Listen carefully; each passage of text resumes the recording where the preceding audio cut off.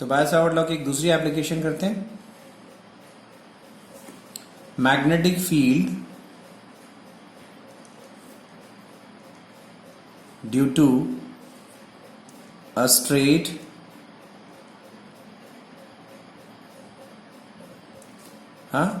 current carrying straight current carrying wire of finite length. ठीक है, मतलब वो वायर की लेंथ फाइनाइट है. इनफाइनाइटली लॉन्ग वायर का तो हमने निकाल लिया. But if the wire is of finite length, कि ये एक पीस ऑफ वायर है, बिल्कुल जैसे अभी आपने इनफाइनाइट लेंथ के वायर का किया एक्सप्रेशन, कुछ वैसा ही है ये भी, सेम एक्सप्रेशन. अब एक जनरल फॉर्मूला हमारा बन जाएगा कि this is a piece of wire, A B is a piece of wire. ये वायर आगे भी हो सकता है, लेकिन ये वायर शायद इसके आगे स्ट्रेट नहीं है, शायद इसके आगे वो मुड़ गया हो, किसी और डायरेक्शन में मुड़ गया हो, या इसके पीछे इसके आगे का वायर है कोई लूप फॉर्म में हो. ये एक टुकड़ा है, आगे क्या है इसके पीछे क्या था उससे हमें कोई मतलब नहीं है. हमें इस पीस ऑफ वायर की वजह से किसी पॉइंट पर मैग्नेटिक फील्ड कितना होगा ये फाइंड आउट करना है. इस पीस ऑफ वायर में से एक करंट आई जा रहा है.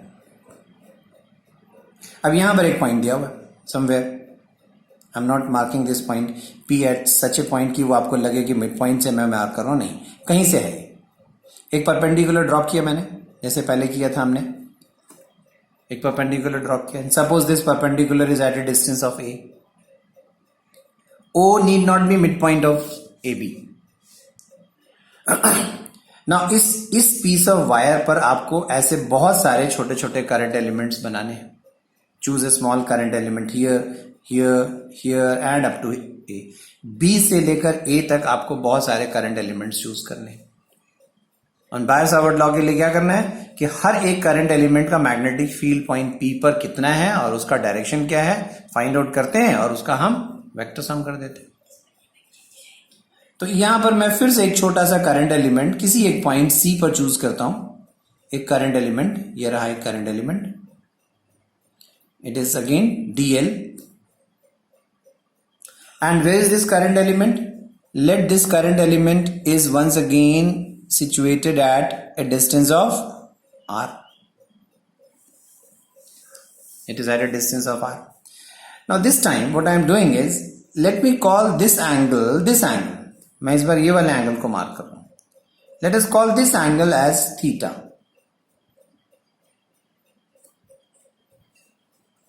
If this is theta, then angle between dl and r vector, naturally r vector तो ये था, डीएल से हम पॉइंट पी को ज्वाइन करने वाले वेक्टर को आर वेक्टर कहते थे बायो सावर्ट लॉ में. मतलब हमने पहले तो ये वाले एंगल को थीटा मार्क किया था, तो जिसको आपने बायो सावर्ट लॉ में थीटा कहा था वो वाला एंगल अगर आप देखें तो एक्चुअली ये एंगल कितना है. देखो, अगर ये थीटा है, ये 90 है, तो ये 90 माइनस थीटा, इसका मतलब ये वाला एंगल 90 प्लस थीटा है. तो बायो सावर्ट लॉ में आपने जिस एंगल को थीटा कहा था वो एक्चुअली यहां पर 90 प्लस थीटा है. So angle between dl vector and r vector is 90 plus theta, whereas I have marked this angle as theta, right? And let us again choose, let a dl vector at point C is at a distance of something again L. तो इस figure के according इस DL की वजह से point P पर जो magnetic field होगी वो कितनी होगी. Therefore according to Biot Savart law,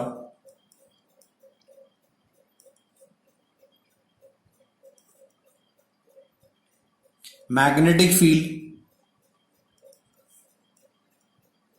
eight P due to current element DL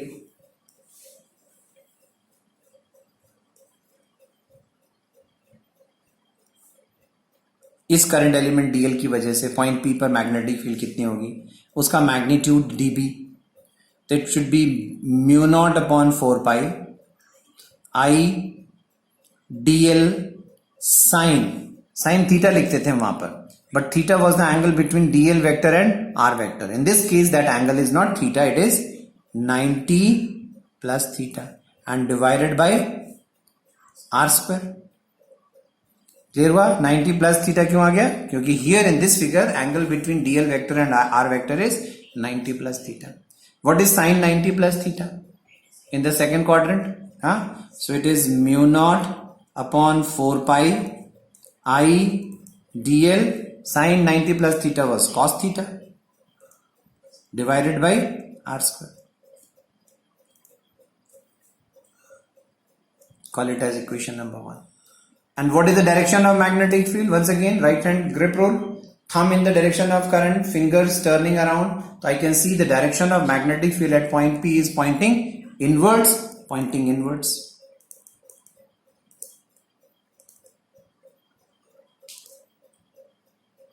and फिर वही बात कि अगर आप इस डीएल को यहां ना चूज करके यहां चूज करें, यहां चूज करें, यहां ए से लेकर बी तक कहीं भी चूज करें, in the direction of current अगर डीएल आप चूज कर रहे हैं तो यू विल सी दैट कि डीएल कहीं भी हो, पॉइंट पी पर मैग्नेटिक फील्ड का डायरेक्शन हमेशा इनवर्ड ही आ रहा है.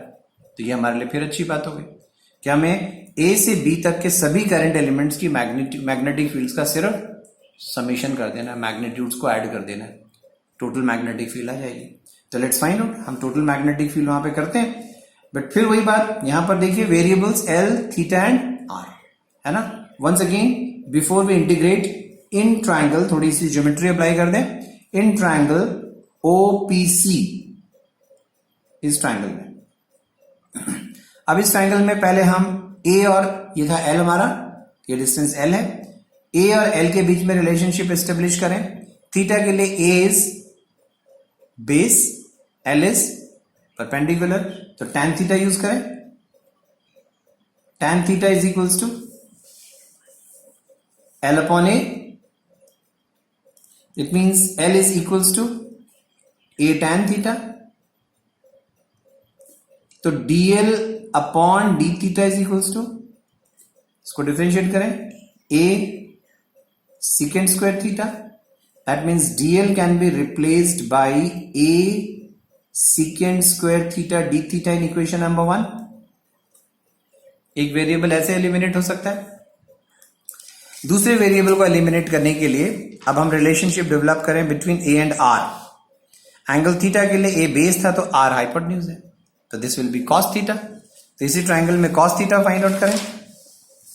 Cos theta is equals to base upon hypotenuse. Base was a upon r. So r can be replaced as a sec theta. A sec theta. So let us substitute these two values in equation number 1. What was your equation number 1? dB is equals to mu naught upon 4 pi I dl. And dl क्या निकाला हम लोगों ने? dl हमने find out किया a secant square theta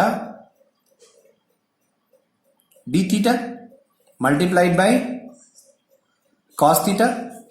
Was it cos theta na? Yes, it was ideal cos theta into cos theta and divided by r square. It is a square sec square theta. So once again you can see sec square theta will be cancelled out. One a will be cancelled out. You'll be left with dB is equals to mu naught upon 4 pi I cos theta d theta and divided by a. So this is the magnetic field of one small current element dl at point P. So what is the total magnetic field? Now in order to integrate this magnetic field dB within the limits a to b, let me join b to point P like this and a also to point P. See, when your dl will be situated at b, this angle theta will be actually this angle. Let us denote this angle as theta 1. And finally when your dl will be at b, आपको dl कहां से कहां तक लेना है? b से लेकर a तक. b पर लिया तो एंगल जो थीटा था थीटा 1 होगा, लेकिन ये आप देख रहे हो इस डायरेक्शन में है. ऑफ कोर्स ये अगर ऐसा होगा तो हम उसकी वैल्यू नेगेटिव पुट करेंगे। अभी मैंने थीटा 1 लिख दिया है, वैल्यूज जब दी होंगी कोई स्पेसिफिक एंगल होगा तो हम उसको नेगेटिव सब्स्टिट्यूट करेंगे। और अगर ये ओरिजिन से ऊपर अब जो पॉइंट्स हैं यहां से लेकर यहां तक, ये एंगल्स है पॉजिटिव एंगल्स होंगे। तो मैं अगर ओ से ए तक कहीं तक लेता हूं तो वो एंगल थीटाज है, और ये मान लीजिए फाइनल एंगल है, तो ये सपोज थीटा 2 है।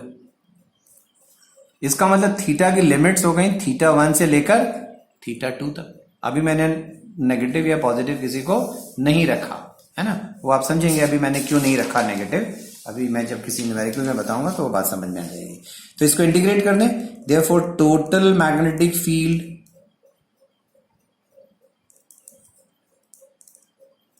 Eight P, B is equals to integration of dB, है ना। सो it is integration of mu not upon 4 pi I cos theta d theta divided by A.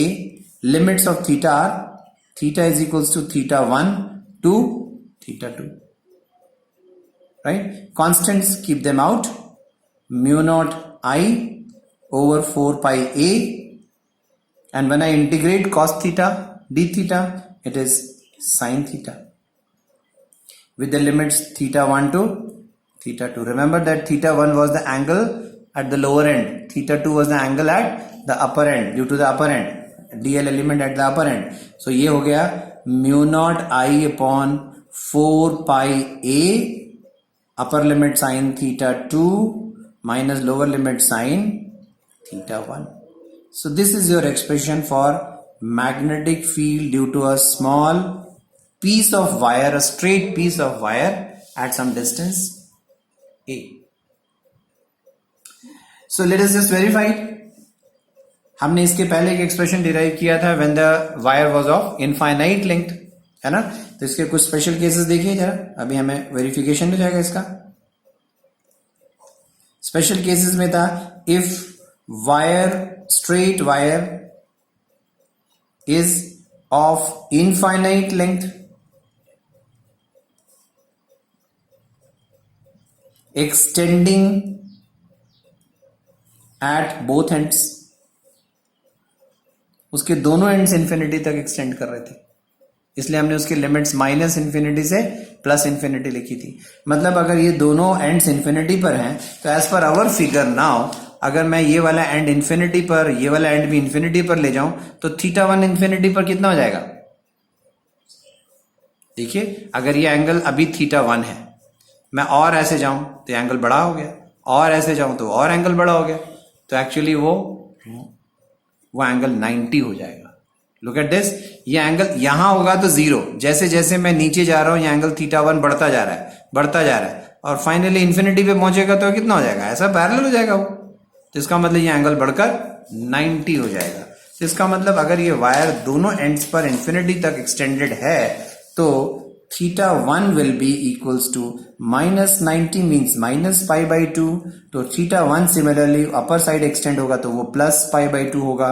और अगर हम इसमें theta 1 और theta 2 की वैल्यूज ये सब्स्टिट्यूट कर दें तो B हो जाता है mu naught I upon 4 pi A, upper limit हमने रखी theta 1, ये theta 2 था, sin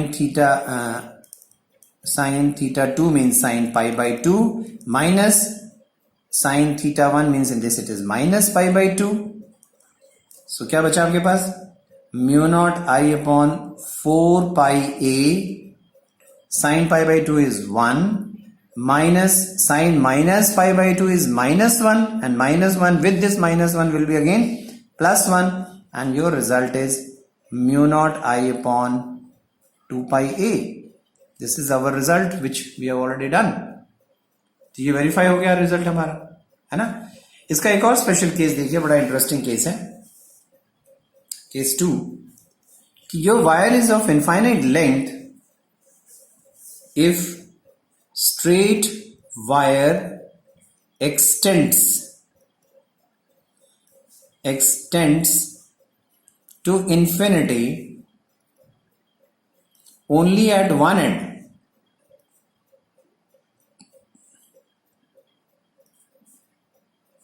Means this is a straight infinitely long wire.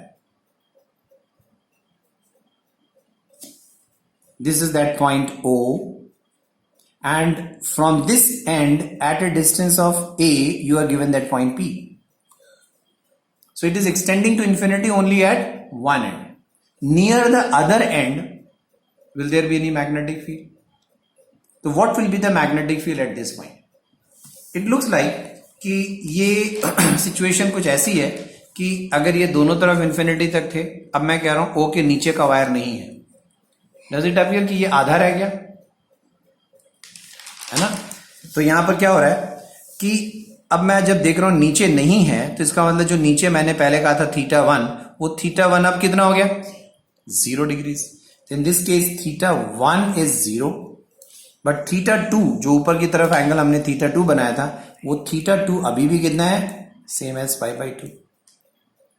तो apply the limits once again. इस एक्सप्रेशन में हम सब्स्टिट्यूट कर देते हैं. तो B इज इक्वल्स टू, हमारा फॉर्मूला था μ0I/4πa sin θ2. मैं फॉर्मूला लिख दे रहा हूं पहले. sin θ2 माइनस sin θ1, तो μ0I/4πa इन दिस केस θ2 फिर से ये इंफिनिटी की तरफ ऐसे जा रहा है, तो एंगल π/2 sin θ2, तो हो जाएगा sin π/2 माइनस θ1, मतलब इसी पॉइंट से इसी को ज्वाइन कर रहे हैं, यहीं से शुरुआत कर रहे हैं, तो θ1 0 है, तो sin 0. So it is μ0I/4πa into sin π/2 means 1, sin 0 is 0, so into 1. So do you see it is exactly half of the previous result, μ0I/4πa. मतलब वो इस रिजल्ट का सिर्फ आधा है, जस्ट हाफ ऑफ दैट, है ना? तो मैग्नेटिक फील्ड एक straight long wire, both ends infinity, it is μ0I/2πa, extending to infinity only at one end, it is μ0I/4πa. And if it is of some finite length, you have to use this formula. एक particular length का wire है तो उसके लिए ये formula है ना. एक और एग्जांपल देखिए. This is a straight wire of finite length. Suppose its length is given to you is 2a. This wire is AB and the length of the wire AB is 2a. And let O is the midpoint. O is midpoint. And from the midpoint, you are given a point P at a distance of A. Now what is the magnetic field at A? If you join P to A and also to B, if this is A and this length was 2A, that means this is also A and this is also A. It means this angle is a 45 degree angle. This is 90. This is A, this is A. तो ये एक isosceles triangle हो गया इसका मतलब. तो ये A है, ये A है, तो इसका मतलब ये दोनों एंगल्स इक्वल होने चाहिए. अब अगर ये 90 है तो ये दोनों इक्वल एंगल्स मींस ये दोनों 45 ईच होने चाहिए. So this is π/4 and this angle is also π/4. That means θ1 is minus π/4, तो θ2 should be taken as plus π/4. तो once again substitute करते हैं. At point P, the magnetic field would be B is equals to μ0I/, formula is μ0I/4πa. This is an important formula. Now you should remember sin θ2 minus sin θ1. And where is θ2? Where is θ1? That also you should remember that figure. θ2 was this angle, so it is sin plus π/4 minus sin negative π/4.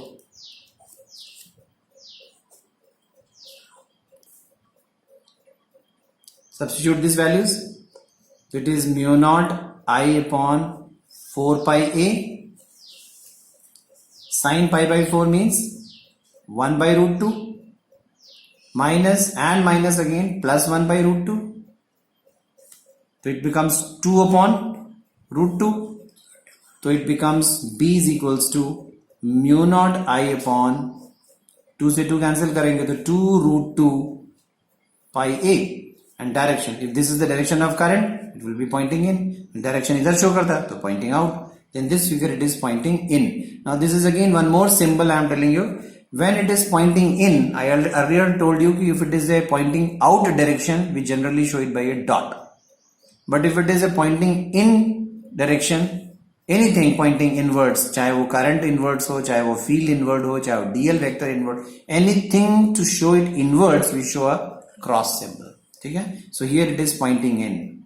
Cross is pointing inwards. अभी मैंने cross भी लिख दिया है, pointing inwards भी लिख दिया है. आगे से मैं सिर्फ cross बनाऊंगा तो आप समझ जाना inwards. I need not write pointing inwards. So this is the magnetic field due to a piece of wire. एक और एग्जांपल देखिए. This is a piece of wire of length 2a and there is a point from the midpoint. This is O is the midpoint, AB is that wire carrying a current I. From the midpoint at a distance of 2a, you are given a point P. Now what is the magnetic field at P? Let me join this point again to A and join this point. So now as per our formula, actually this angle is theta 1 and this angle is theta 2. Of course it is a negative angle in this figure. But what are the values of theta 1 and theta 2? Do we know the angles? Now it's not essential that we may know these angles. Without knowing the values of these angles, actually we don't need angles. We need is sin theta 1 and sin theta 2.